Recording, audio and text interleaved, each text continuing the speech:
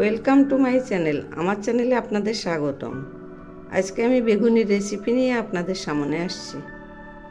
এই রেসিপি বানানোর জন্য এখানে আমি বেগুনগুলো গোল গোল করে কেটে নিয়েছি। এই যে দেখুন, থিকনেসটা এইরকম। এখন আমি এর মধ্যে স্বাদ মতো লবণ দিলাম, আর দিচ্ছি পরিমাণ মতো হলুদ।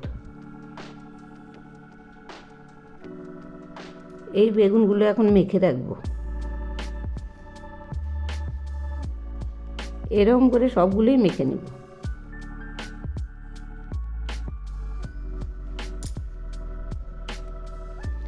এই যে দেখুন, মাখা হয়ে গেছে। এগুলি এখন আমি 10 মিনিট রেখে দেব। এখন কড়াই বসিয়েছি। কড়াইয়ে ছোট এক বাটি সরিষার তেল দিলাম। তেল গরম হয়েছে। এবার আমি বেগুনগুলো ছেড়ে দিচ্ছি। বেগুনগুলো এক পাশ ভাজা হয়ে গেছে। এবার আমি উল্টে দিচ্ছি।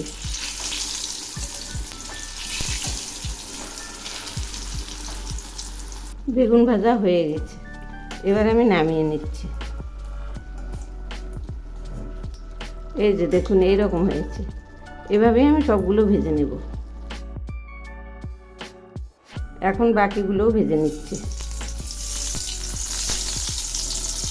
এখন ওই তেলে সামান্য একটু কালো জিরা ফোড়ন দিলাম, আর দিচ্ছি 1 চামচ জিরে বাটা আর 1 টুকরো আদা বাটা। সেই সঙ্গে দিচ্ছি ছোট একটা টমেটো পেস্ট। এখন আমি দিচ্ছি ফেটিয়ে নেওয়া 2 চামচ টক দই।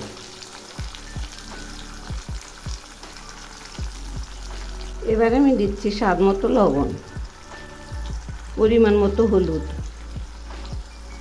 আর সেই সঙ্গে দিচ্ছি টিস্পুনের 1/4 লঙ্কার গুঁড়ো।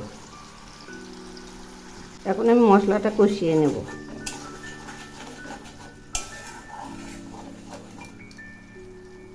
দিচ্ছি সামান্য একটু কাশ্মীরি লঙ্কার গুঁড়ো, আর সেই সঙ্গে দিচ্ছি 1 চামচ পোস্ত বাটা আর 7-8টা কাজু বাদাম বাটা।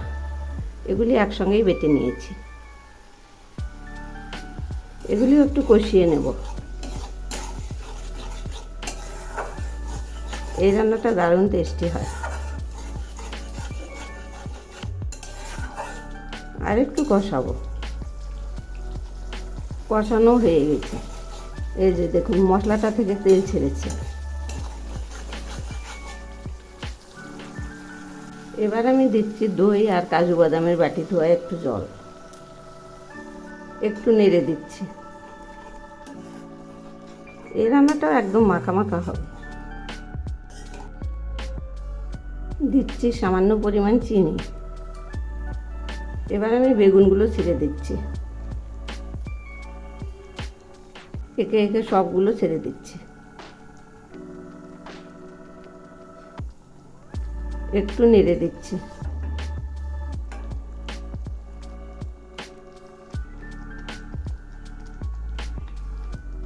রান্নাটা প্রায় হয়ে আসছে, আর একটু হবে।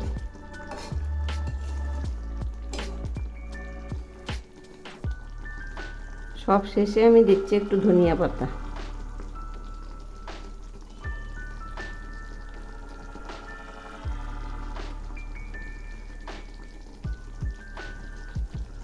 এবার নেড়ে চেড়ে নামাবো। একটু নেড়ে দিচ্ছি।